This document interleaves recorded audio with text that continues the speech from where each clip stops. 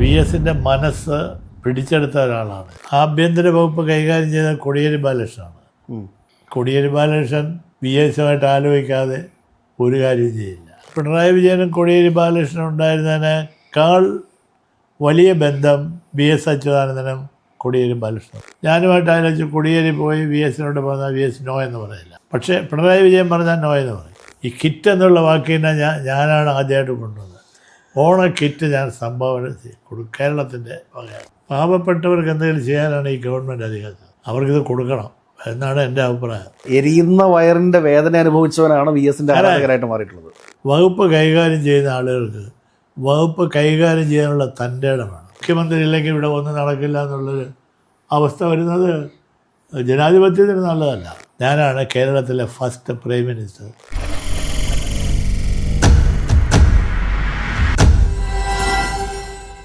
നമസ്കാരം. White swan TV meet the leader പ്രോഗ്രാമിലേക്ക് ഏവർക്കും സ്വാഗതം. ഇന്ന് നമ്മുടെ അതിഥിയായിട്ടുള്ളത് മുൻ സംസ്ഥാന ഭക്ഷ്യ സിവിൽ സപ്ലൈസ് വകുപ്പ് മന്ത്രിയും CPI നേതാവും MLAയും ഒക്കെ ആയിട്ടുള്ള ശ്രീ C. ദിവാകരൻ സഖാവാണ്. അദ്ദേഹത്തെ നമുക്ക് ഈ പ്രോഗ്രാമിലേക്ക് സ്വാഗതം ചെയ്യാം. സഖാവേ നമസ്കാരം. സഖാവേ വിശ്രമ ജീവിതത്തിലാണ് എന്ന് തോന്നുന്നു ഇപ്പോൾ? പൂർണ്ണമായിട്ടല്ല, ഒരു അർദ്ധവിശ്രമ ജീവിതത്തിലാണുള്ളത്. സിസ്റ്റമാറ്റിക്കായിട്ട് ആക്കിയെല്ലാം ഇഷ്ടംപോലെ യാത്രയും അനന്തമായ അലച്ചിലും അതൊക്കെ ഒന്ന് നിയന്ത്രിച്ചു. പ്രായവും സമ്മർദ്ദം ചെലുത്തി. പാർട്ടിയുടെ സമ്മർദ്ദം ഉണ്ടായിരുന്നു. പഴയതുപോലെ ഓടേണ്ട കാര്യമില്ല.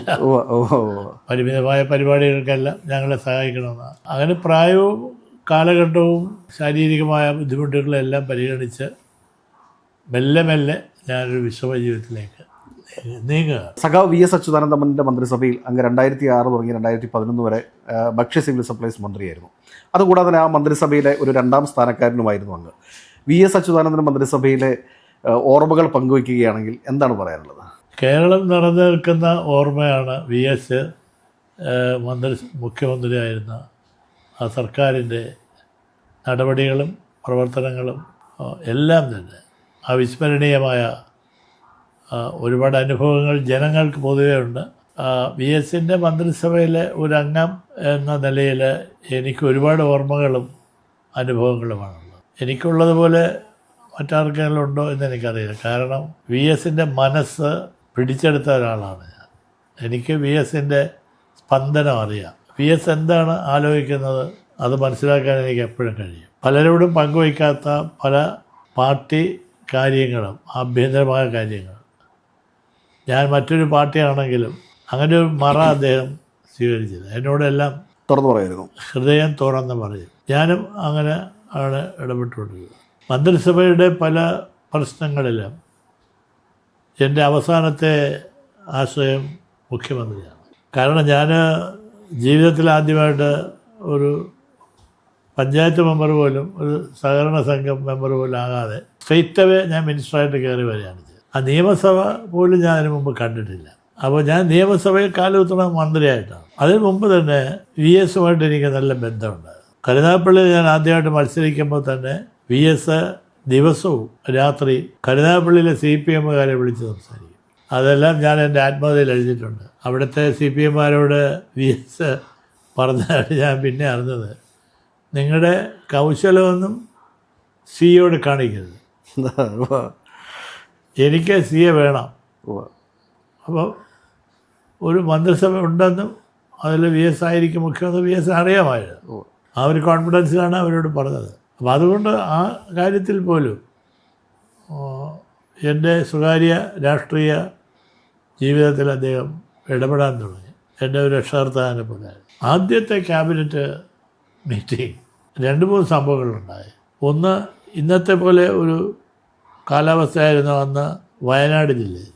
കാർഷിക രംഗത്തുണ്ടായ വലിയ തിരിച്ചടികളുണ്ട്. കർഷകരെല്ലാം വലിയ ദുരിതത്തിലായിരുന്നു.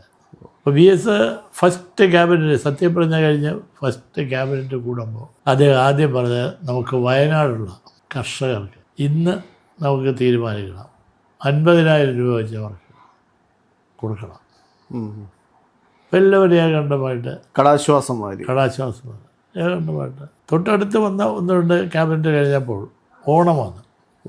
അപ്പോൾ ഈ തിരുവനന്തപുരത്തെ പ്രസ് ക്ലബ്ബുകാർ ഭയങ്കര കൗശലക്കാരാണ്. ഉവ്വ്. അവർ ഈ മന്ത്രിമാരെ വിളിച്ച് ഇൻ്റർവ്യൂ, ആദ്യത്തെ ഇൻ്റർവ്യൂ ആണ് എല്ലാ മന്ത്രിമാരും ഓരോ ദിവസം നിങ്ങളുടെ വകുപ്പിൽ എന്ത് ചെയ്യും, അത് അവരുടെ ഒരു കുസൃതി ചോദ്യങ്ങളാണ്. ഈ ആദ്യം ഒരു സ്ഥലജലപ്രമമുള്ള ആളുകൾക്കെല്ലാം പലതും വിഡ്ഢിതരങ്ങളൊക്കെ സ്വാഭാവികമായിട്ട് പോകാം. ഞാൻ പക്ഷേ അതിന് മുമ്പ് തന്നെ 40-45 കൊല്ലത്തെ എൻ്റെ ട്രേഡ് യൂണിയൻ പ്രവർത്തനത്തിൻ്റെ, സമരങ്ങളുടെ, പോലീസുമായിട്ടുള്ള ഏറ്റുമുട്ടലുടെ, പോലീസ് കേസുകൾ, സമരം ഉത്തരപ്പെടുത്തിക്കുന്ന പണിമുടക്കുകൾ, ബന്ധുകൾ, ഹർത്താലുകൾ, ഇതായിരുന്നു എൻ്റെ രാഷ്ട്രീയ ജീവിതം.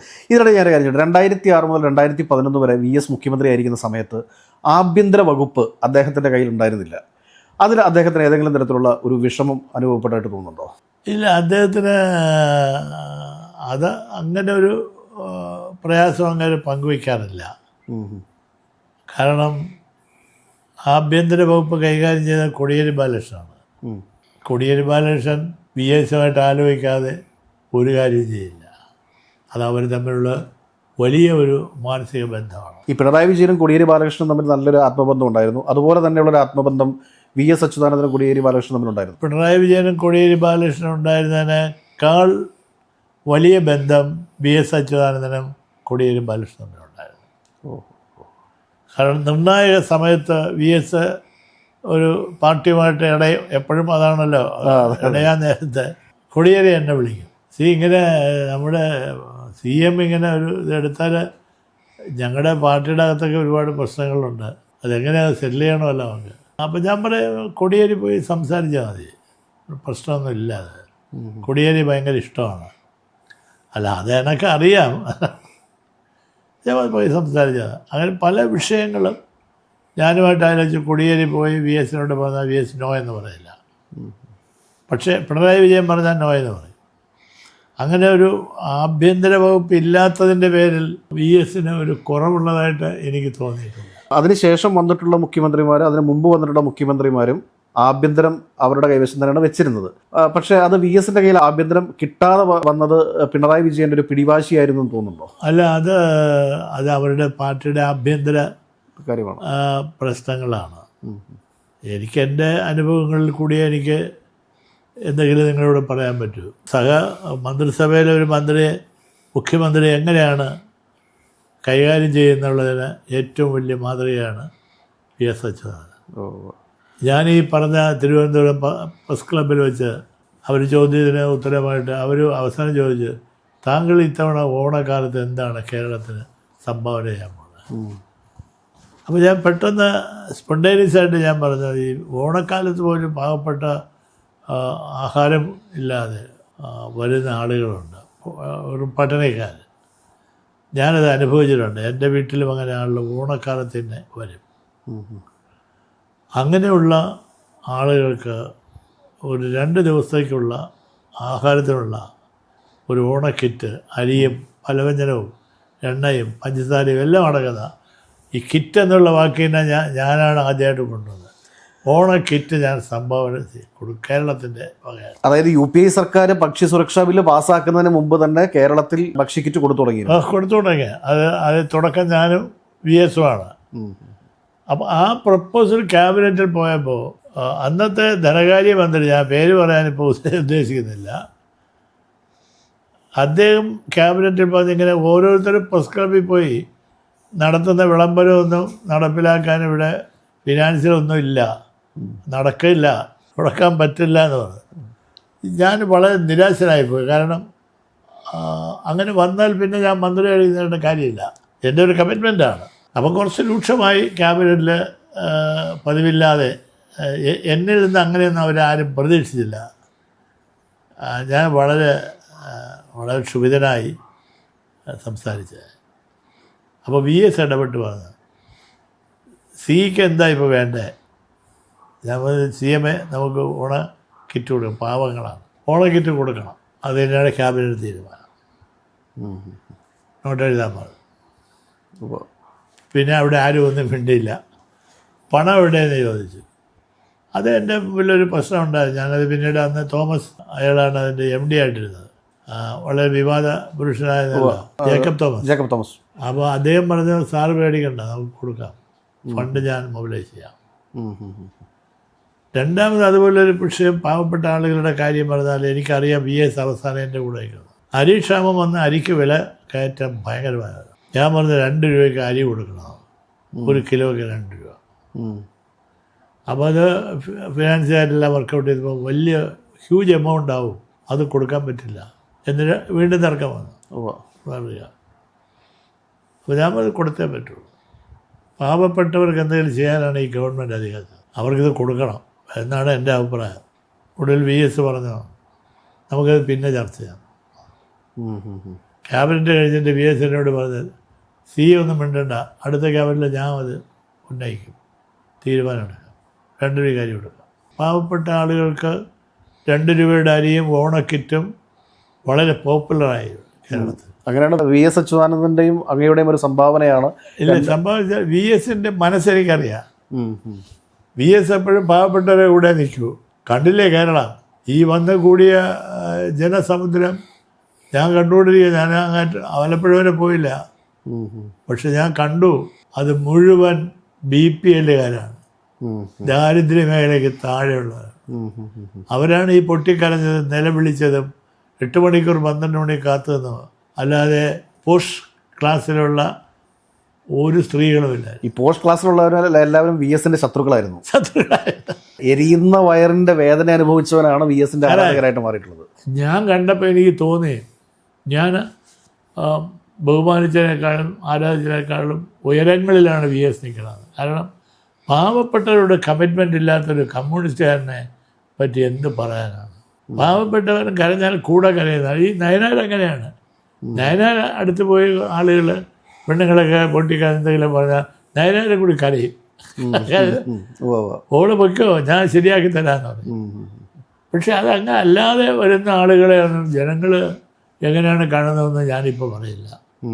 പക്ഷെ VS എന്നും പാവപ്പെട്ടവൻ്റെ പടത്തലവനെന്ന് വെറുതെ പറയല്ല, കേരളം കണ്ട ഏക പാവപ്പെട്ടവൻ്റെ പടത്തലവൻ. VS നഷ്ടപ്പെട്ടു എന്നുള്ളത് ഇപ്പോഴും എനിക്ക് പൊരുത്തപ്പെടാൻ കഴിഞ്ഞിട്ടില്ല. ഒരു വല്ലാത്തൊരു അസുഖം വന്ന് എനിക്ക്, ഞാനൊരു യാത്ര കഴിഞ്ഞ് വന്ന് OMCയിലൊരു മീറ്റിങ്ങിന് പങ്കെടുക്കുമ്പോൾ VSും ആ മീറ്റിങ്ങിലുണ്ട്. അപ്പോൾ യാത്രയുടെ ഒരുപാട് ക്ഷീണമുള്ളതുകൊണ്ട് ഞാൻ ആ സ്റ്റേജിൽ കുഴഞ്ഞ വീണയാണ്. എല്ലാവരും പേടിച്ച VS ഇരിക്കുകയാണ്.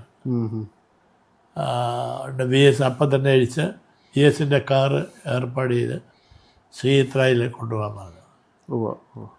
പുറകെ VS അവിടെ എത്തി. ശ്രീത്രയിൽ VS അച്യുതാനന്ദനിൽ നിന്ന് പിണറായി വിജയൻ എന്ന മുഖ്യമന്ത്രിയിലേക്ക് എത്തി നിൽക്കുമ്പോൾ എന്താ പറയാനുള്ളത്? ഈ രണ്ട് ജനസാണത്, രണ്ട് കാലഘട്ടത്തിൻ്റെയാണ്. ഈ പിണറായി വിജയൻ എൻ്റെ രാഷ്ട്രീയ പാരമ്പര്യവുമായിട്ട് വളരെ അടുത്ത് നിൽക്കുന്ന കാല അളവാണുള്ളത്. VS ഒരു പഴയ തലമുറയിലെ P കൃഷ്ണപിള്ളയുടെ ബന്ധപ്പെട്ട അവസാനത്തെ ആളാണ്. CPMൻ്റെ സ്ഥാപക നേതാക്കളിൽ ഒരാളും കൂടിയാണ്. ആ 32 പേര് ഇറങ്ങിപ്പോയതിൽ എല്ലാവരും മരിച്ചു. അവശേഷിച്ച ഏകയാൾ VS ആയിരുന്നു. അപ്പോൾ VS വേറൊരു അനുഭവവും വേറൊരു പശ്ചാത്തലവും വേറൊരു കിരാതമായ മർദ്ദനങ്ങളും ഭീകരമായ മർദ്ദനങ്ങളും പട്ടിണിയും ദാരിദ്ര്യവും, അങ്ങനെ 12 വയസ്സ് 8 വയസ്സിലൊക്കെ ജോലിക്ക് പോവുക, ബാലവേല ചെയ്ത ആളാണ് VS അച്യുതാനന്ദൻ. ഒരു കമ്പാരിസണും ഇല്ല പിണറായി വിജയനുമായിട്ട്. പിണറായി വിജയൻ വേറെ ഒരു ഇതാണ്, ഞങ്ങളുടെയൊക്കെ ഒരു തലമുറയിൽ വേണമെങ്കിൽ പറയാം. പക്ഷെ വളരെ ബോൾഡാണ്, എടുക്കുന്ന തീരുമാനം നടപ്പിലാക്കും. കേരളത്തിലെ മുഖ്യമന്ത്രി എന്നുള്ള നിലയിൽ വലിയ ഒരു സ്ഥാനം പിണറായി വിജയൻ ഇപ്പോൾ കിട്ടിയിട്ടുണ്ട്. അത് എങ്ങനെയാണ് ജനങ്ങൾ കാണുന്നതെന്ന് നമുക്കിപ്പോൾ പറയാൻ പറ്റും. മുഖ്യമന്ത്രിയായിട്ടുള്ള പിണറായി വിജയൻ വകുപ്പുകൾക്ക് അല്ലെങ്കിൽ വകുപ്പ് മന്ത്രിമാർക്ക് സ്വാതന്ത്ര്യം കൊടുക്കുന്നില്ല എന്നൊരു പ്രചരണമുണ്ട്. അതിലെന്തെങ്കിലും സത്യമുണ്ടോ? ഞാൻ അതിൽ പിണറായി വിജയനെ കുറ്റം പറയില്ല. കാരണം വകുപ്പ് കൈകാര്യം ചെയ്യുന്ന ആളുകൾക്ക് വകുപ്പ് കൈകാര്യം ചെയ്യാനുള്ള തൻ്റെ ഇടം വേണം, നട്ടല് വേണം, അനുഭവം വേണം, ഫയലുകൾ പഠിക്കണം, ഫയലെല്ലാം കാൾ ഫോർ ചെയ്യണം, IAS-കാരന്മാരെ വരവരച്ച് നിർത്തണം, അവരുടെ വകുപ്പിലുള്ള സെക്രട്ടറിമാരെ പറഞ്ഞാൽ കേൾക്കാത്തവന്മാരെ വെളിയിലാക്കണം. അങ്ങനെ വളരെ ബോൾഡായിട്ടൊരു നിലപാട് മന്ത്രിമാരെ എടുക്കണം. മന്ത്രിമാരെടുത്താൽ മന്ത്രിമാരെ എല്ലാം ഉദ്യോഗസ്ഥന്മാർക്ക് പേടിയായിരിക്കും. നേരെ മറിച്ച് മന്ത്രി ദുർബലനാണ്, ഒരുപാട് വീക്ക്നെസ്സൊക്കെ ഉണ്ട്, അത് ഇന്നൊക്കെയാണ്. അപ്പം അതുവഴിയാണ് പിന്നെ IAS ഉദ്യോഗസ്ഥന്മാർ യാത്ര ചെയ്യണത്. അതുവഴി പോയി ഇങ്ങനെ ഈ മന്ത്രിയെ തടവിലാക്കും. മന്ത്രിക്ക് ഒരു ഉപജാപ സംഘം ഇവർ തന്നെ ഉണ്ടാക്കും. മന്ത്രി അതിൽ നിന്ന് പുറത്തു വരാൻ കഴിയില്ല. എന്ത് നടക്കണമെന്ന് മന്ത്രിക്ക് അറിയാൻ പറ്റില്ല. ആ ഉപജാപ സംഘത്തെ പൊളിച്ച്, ആ പത്മവ്യൂഹം പൊളിച്ച് പുറത്ത് വരുന്നവരാണ് ഏറ്റവും ശക്തനായ മന്ത്രി. അതിന് മുഖ്യമന്ത്രിക്കൊന്നും സഹായിക്കാൻ പറ്റില്ല. മുഖ്യമന്ത്രി പിണറായി വിജയൻ തന്നെ പറഞ്ഞായിരുന്നു, മറ്റേ ഈ വയനാട് പുനരധിവാസവുമായി ബന്ധപ്പെട്ടുള്ള ഫയലുകൾ നീങ്ങുന്നില്ല, ഉദ്യോഗസ്ഥന്മാർ കുറച്ചുകൂടി കാര്യക്ഷമമായ ഇടപെടലുകൾ നടത്തണമെന്ന് മുഖ്യമന്ത്രിക്ക് തന്നെ നേരിട്ട് നിർദ്ദേശം നൽകേണ്ട ഒരു അവസ്ഥ എത്തിയിരുന്നു. അതെല്ലാം അതുമായിട്ട് ബന്ധപ്പെട്ട ആളുകൾ ചെയ്യേണ്ട കാര്യങ്ങൾ ചെയ്യുന്നില്ല എന്നാണ് അദ്ദേഹം അത് ഇൻഡയറക്റ്റായിട്ട് പറഞ്ഞത്. അത് മിക്കവാറും ജനങ്ങളുടെ ഇടയിലും അങ്ങനെ ഒരു അഭിപ്രായം പൊതുവെ ഉണ്ടെന്നാണ് എനിക്ക് തോന്നുന്നത്. മുഖ്യമന്ത്രി ഇല്ലെങ്കിൽ ഇവിടെ ഒന്നും നടക്കില്ല എന്നുള്ളൊരു അവസ്ഥ വരുന്നത് ജനാധിപത്യത്തിന് നല്ലതല്ല. അതൊരിക്കലും നല്ലതല്ല. അത് മന്ത്രിമാരെല്ലാം അല്ലാതെ ഞാൻ പറയാം, കഴിവുള്ളവരാവാം, വിദ്യാസമ്പന്നരാണ്, കറക്റ്റല്ല, അതൊക്കെ ഒരു വലിയ മഹാകാര്യമാണ്. പല വകുപ്പുകളിലും ഉണ്ടാകുന്ന വീഴ്ചകൾ, ഇപ്പോൾ കോട്ടയം മെഡിക്കൽ കോളേജിലുണ്ടായ വീഴ്ച, എന്നാൽ കോട്ടയം മെഡിക്കൽ കോളേജിന്റെ ഒരു ഭാഗമൊക്കെ ഒരുപാട് വികസന പ്രവർത്തനങ്ങളും കോട്ടയം മെഡിക്കൽ കോളേജിൽ ഉണ്ടായിട്ടുണ്ട്. പക്ഷേ എങ്കിലും അവിടെ ഉദ്യോഗസ്ഥന്മാരുടെ ഇടപെടലുകൾ, അവർ സർക്കാരിനെതിരെ തിരിഞ്ഞ് സർക്കാരിനെ നിരന്തരം വിഷമഘട്ടത്തിലേക്ക് തള്ളിവിടുന്ന ഒരു രീതി ഉണ്ടെന്ന് തോന്നുന്നുണ്ടോ? പ്രത്യേകിച്ച് ഈ പൊതുജനാരോഗ്യ വകുപ്പ് എപ്പോഴും വിവാദങ്ങൾ ഉണ്ടാകുന്നൊരു വകുപ്പാണ്. ജനലക്ഷങ്ങളാണ് സർക്കാർ ആശുപത്രികളിൽ എത്തുന്നത്. തിരുവനന്തപുരത്തെ മെഡിക്കൽ കോളേജ് എന്ന് പറയുന്നത് ഇന്ത്യയിൽ ഇത്രയധികം രോഗികൾ വരുന്ന ഒരു മെഡിക്കൽ കോളേജ് ആശുപത്രിയില്ല. ഈ മെഡിക്കൽ കോളേജുകളുടെ ഭരണവും അതിൻ്റെ സംവിധാനങ്ങളും വളരെ ഉൾക്കാഴ്ചയോടുകൂടി അതിനാവശ്യമായ ഫണ്ടും അതിനെ പറ്റിയ ഉദ്യോഗസ്ഥന്മാരും അഴിമതിക്കാരല്ലാത്ത ആളുകളും അതെല്ലാം നേരിട്ട് ഇടപെടുന്ന മന്ത്രി ഉണ്ടാകും. ഈ വകുപ്പുകളുടെ കാര്യത്തിൽ നിന്ന് നമ്മൾ CPI എന്ന പാർട്ടിയിലേക്ക് വരുമ്പോൾ, അങ്ങ് CPIയുടെ സംസ്ഥാന സെക്രട്ടറിയായി കാണാൻ ആഗ്രഹിച്ച ഒരുപാട് സഖാക്കന്മാർ CPIക്കകത്തുണ്ടായിരുന്നു. അതിലൊരു വിഷമം തോന്നുന്നുണ്ടോ അങ്ങേക്ക്? അതൊക്കെ സഖാക്കളുടെ ആഗ്രഹങ്ങളും പ്രായോഗികമായി നടക്കാതെ വരുമ്പോഴുള്ള പ്രയാസങ്ങളൊക്കെ ഉണ്ടാകും. എല്ലാ പാർട്ടിയിനകത്തുള്ളതാണ്. എനിക്ക് അതിൽ പ്രയാസം, ഞാൻ ആരോടും ഒന്നും ആവശ്യപ്പെട്ടിട്ടില്ല. ഞാനൊരു MLA ആവാൻ പോലും ആഗ്രഹിച്ച ആളല്ല. ഞാൻ MLA ആകുന്നത് 59 വയസ്സ് കഴിഞ്ഞതിന് ശേഷമാണ്. അപ്പോൾ എൻ്റെ പുറകെ വന്നവരെല്ലാം 3 തവണ MLA ആയി. അപ്പോൾ ഞാനതിലേക്ക് താല്പര്യമുള്ളവനായിരുന്നില്ല. മന്ത്രിയാവാനും എനിക്ക് താല്പര്യമില്ലായിരുന്നു.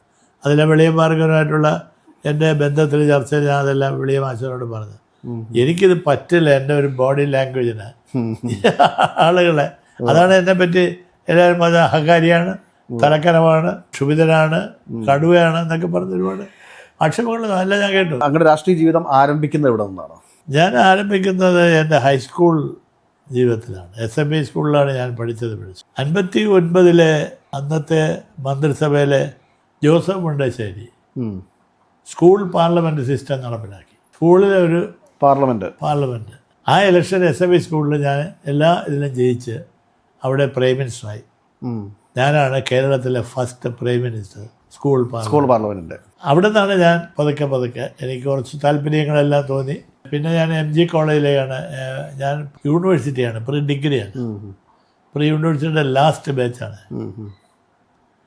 പ്രീ യൂണിവേഴ്സിറ്റിക്ക് വേണ്ടി ഒരുപാട് അപേക്ഷ എല്ലാം കൊടുത്തിട്ട് അവസാനം MG കോളേജിലാണ് കിട്ടിയത്. മന്മഥ സാറാണ്, MP മന്മഥനാണ് പ്രിൻസിപ്പാള്. അദ്ദേഹം വ്യക്തിപരമായിട്ട് എന്നെ ഒരുപാട് സഹായിച്ചു ഫീസിൻ്റെ കാര്യത്തിലും. ഞാൻ അവിടുത്തെ അസോസിയേഷൻ്റെ സെക്രട്ടറിയായി തിരഞ്ഞെടുക്കപ്പെട്ടു. അതാണ് എൻ്റെ രണ്ടാമത്തെ ഇലക്ഷൻ. SME സ്കൂൾ കഴിഞ്ഞാൽ അവിടെ, അത് കഴിഞ്ഞ് ഞാൻ യൂണിവേഴ്സിറ്റി കോളേജിലേക്ക് വന്നു. അവിടെ ഞാൻ ഇലക്ഷൻ മത്സരിച്ചു. SF ആണ് അന്ന്, ASF ഇല്ല, SF ആണ്. കോളേജ് മാഗസീനിൽ ഞാൻ മാത്രം ജയിച്ചു, ബാക്കി എല്ലാവരും തോറ്റു. പിന്നെ ഞാൻ B.Ed പോയി, അവിടെ ഞാൻ അസോസിയേഷൻ്റെ പ്രസിഡൻ്റായി.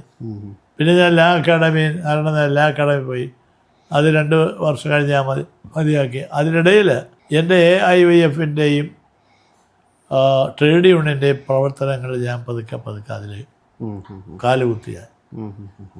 അപ്പോൾ എനിക്കത് ഇൻട്രസ്റ്റ് ആയിട്ട് തോന്നി. ഈ ട്രേഡ് യൂണിയൻ പ്രവർത്തനം എന്ന് പറയുന്നത് ഇന്നത്തെ ഒരു ട്രേഡ് യൂണിയൻ പ്രവർത്തനമല്ല. അന്ന് നടത്തിയ നെഗോഷിയേഷൻസിൻ്റെ ബാക്കി പത്രമാണല്ലോ ഇന്നത്തെ തൊഴിലാളി യൂണിയനുകളൊക്കെ അനുഭവിച്ചുകൊണ്ടിരിക്കുന്നത്. അതേ ഉള്ളൂ. ഇങ്ങനെയുള്ളൊരു വലിയ സ്കൂൾ കഴിഞ്ഞാണ് ഞാൻ മന്ത്രിയായത്. അതുകൊണ്ട് എനിക്ക് ഫയലുകൾ കൈകാര്യം ചെയ്യാനും ഉദ്യോഗസ്ഥന്മാരെ വരവരച്ച് നിർത്താൻ എനിക്കറിയാം. അങ്ങ് 3 പ്രാവശ്യമാണ് മത്സരിച്ചിട്ടുള്ളത്. 2 പ്രാവശ്യം നിയമസഭയിലേക്കും 1 പ്രാവശ്യം ലോക്സഭയിലേക്കും. അല്ല, 3 പ്രാവശ്യം നിയമസഭയിലേക്കും 1 പ്രാവശ്യം ലോക്സഭ. ഓക്കെ, 4 തവണ ഞാൻ മത്സരിച്ചു. അതിൽ ഒരു പരാജയം മാത്രമേ ഉണ്ടായിട്ടുള്ളൂ, 2019 ലോക്സഭയിലേക്കുള്ള തെരഞ്ഞെടുപ്പ്. അതായത് ശശി തരൂർ ആയിട്ടുള്ള മത്സരത്തിൽ മാത്രമേ ഒരു പരാജയം ഉണ്ടായിട്ടുള്ളൂ. ബാക്കി ഞാൻ തോക്കില്ല. കെ ഇസ്മായിൽ സഖാവ്, അദ്ദേഹത്തിനെതിരെയൊക്കെ പാലക്കാട് ജില്ലാ കമ്മിറ്റിയുടെ നടപടിയൊക്കെ വന്നിട്ടുണ്ട്. അദ്ദേഹമൊക്കെ ഒരുപാട് കഷ്ടപ്പെട്ട് ഈ പാർട്ടിക്ക് വേണ്ടി പ്രവർത്തിച്ചിട്ടുള്ള ആളുകളാണ്.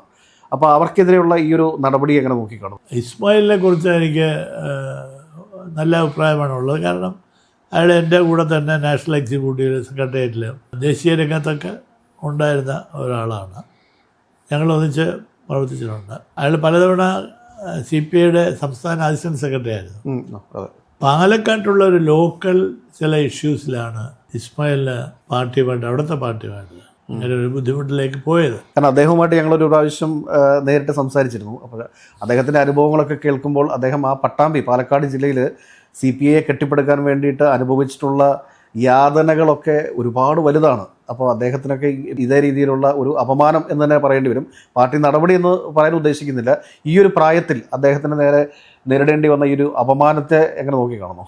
ജീവിതം മുഴുവൻ ആരായാലും A or B തൻ്റെ ജീവിതം മുഴുവൻ ഒരു പ്രസ്ഥാനത്തിന് വേണ്ടി ചെലവഴിച്ച് അവസാന നാളുകളിൽ എന്തെങ്കിലും സ്വര വ്യത്യാസം വന്നാൽ അവിടെ വെച്ച് കൈകാര്യം ചെയ്യുക എന്നുള്ളൊരു നിലപാട് കമ്മ്യൂണിസ്റ്റ് പാർട്ടിയുടെ ഭരണഘടനയിൽ പോലും പറഞ്ഞിട്ടില്ല.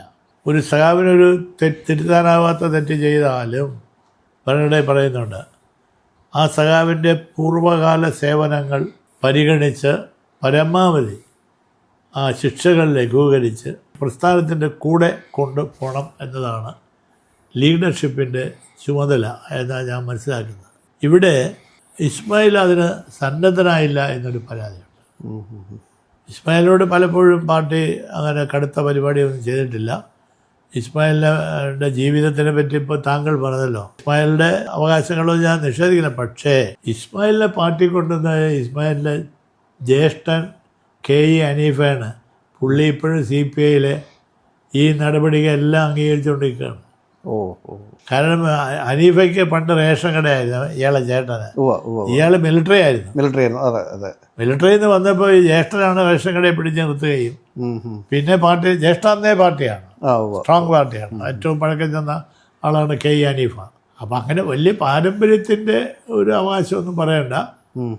അദ്ദേഹം വന്നു, നല്ല കാര്യം, നല്ല പ്രവർത്തകനാണ്, നല്ല തലയെടുപ്പുള്ള നേതാവാണ്.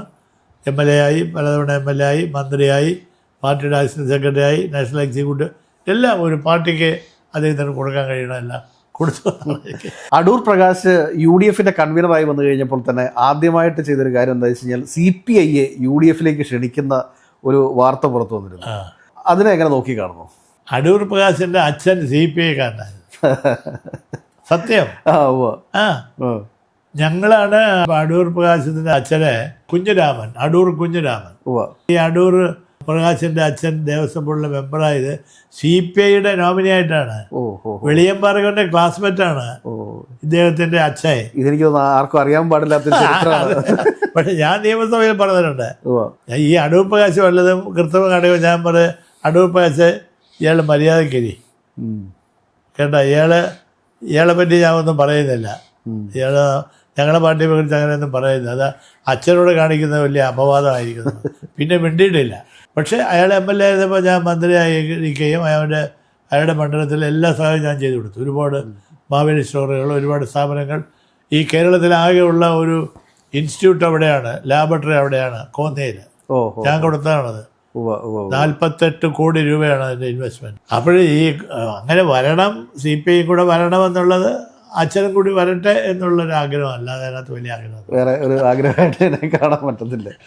വകുപ്പുകളുടെ പണം വകമാറ്റി ചെലവഴിക്കുന്നു എന്നൊരു ആരോപണം നിലനിൽക്കുന്നുണ്ട്. അതിനെക്കുറിച്ച് എന്തെങ്കിലും CPI ഒരു നിരീക്ഷണം നടത്തിയിട്ടുണ്ടോ? ഈ ബഡ്ജറ്റ് അലോക്കേഷനാണല്ലോ വകുപ്പുകൾ കൊടുക്കുന്നത്.